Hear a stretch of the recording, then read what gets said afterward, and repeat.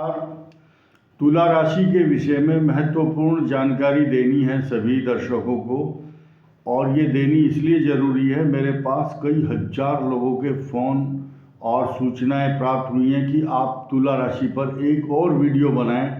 तुला राशि के लोगों से बहुत प्यार हो गया है मुझे, क्योंकि इन्होंने मुझे इतना सम्मान दिया है पिछले 6-7 महीने में, मैं बता नहीं सकता। मैं सबका आभारी हूँ।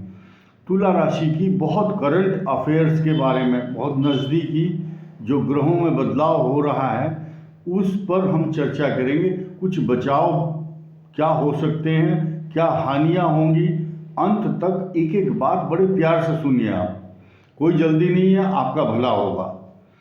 देखिए, तुला राशि का सबसे बड़ा कष्ट देने वाला ग्रह है सूर्य, और सूर्य इसी 15 तारीख को जो पीड़ा दे रहा था, सूर्य नीच राशि का होता है, तो वो तुला राशि को कष्ट देता है, परेशानी देता है। तो वो ख़त्म हो जाएगी परेशानी।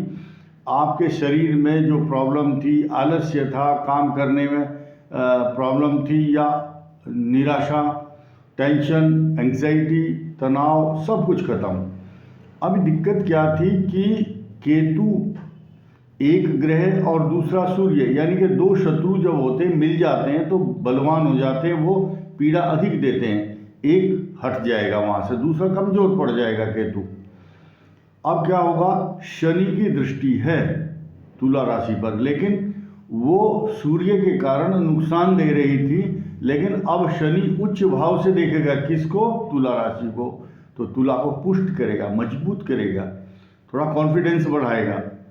हीन भावना नहीं लाना है, आप लोग अपना आत्मविश्वास जागृत करें। 3-4 दिन बाद आपके लिए और अच्छी अपॉर्चुनिटी, सम्मान मिलेगा और तनाव कम होंगे आपके, ये विश्वास दिला रहा हूँ आपको। एक नई बात यह है कि बृहस्पति की दृष्टि आपकी राशि पर नहीं है, इसीलिए आप पीड़ित और त्रस्त हैं, टॉर्चर कर रहे हैं ये ग्रह आपको।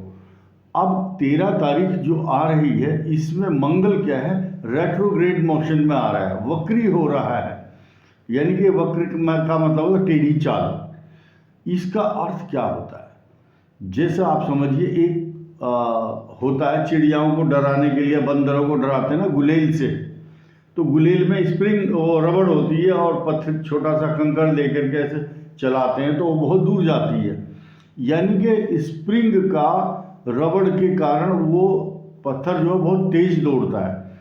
ठीक इसी प्रकार मान लिया आपकी गाड़ी, कार, कोई एक्सीलेटर दिया हुआ है, अचानक कोई गियर लगा दे उसको, बहुत तेजी से जाएगी या प्रॉब्लम आएगी।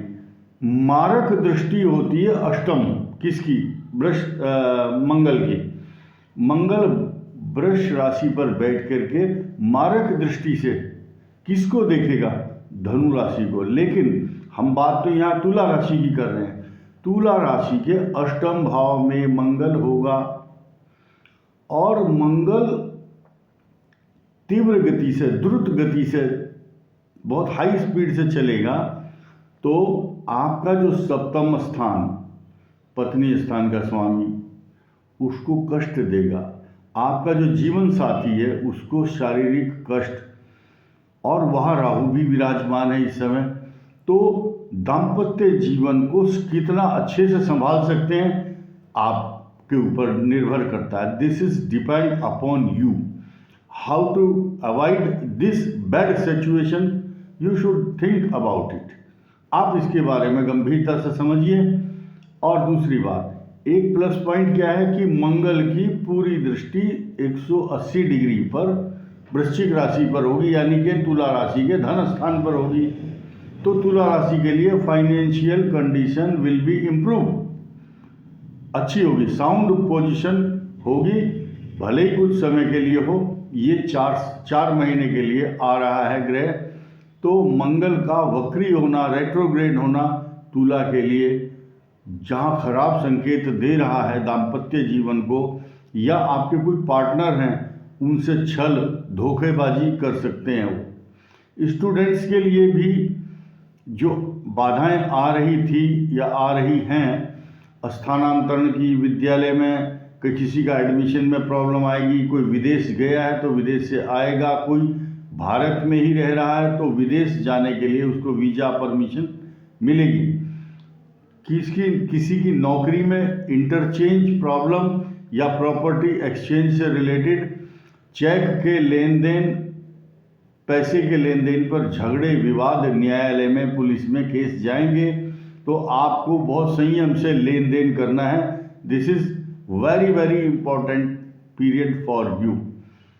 इसके अलावा तुला राशि के लिए अब ढैया जो चल रही थी वो समाप्त हो जाएगी 1-1.5 महीने बाद जनवरी में, और उसके बाद फिर बृहस्पति आएंगे।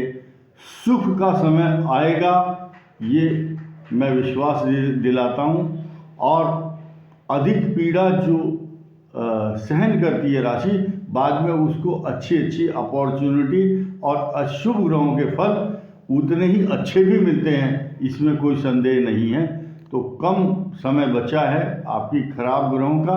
तो ये जो 4 महीने हैं मंगल के वक्री होने का, तो गोली की तरह द्रुत गति से, तेज गति से मंगल काम करता है। तो कोई भी काम आप ऐसा जल्दबाजी वाला काम ना करें। जो बीमार चल रहे हैं उनके लिए ख़ास तौर से केयरफुल होकर चलना, परहेज करना है। मदिरा पान आदि करके वाहन चलाना बहुत घातक होगा और आप लोगों को परेशानी होगी। कुछ बुरे प्रभाव चल रहे हैं, तो इसीलिए पहले से ही सतर्क और सावधान होकर चलना होगा। इससे ज़्यादा मैं कुछ नहीं कह सकता। धन्यवाद, नमस्कार।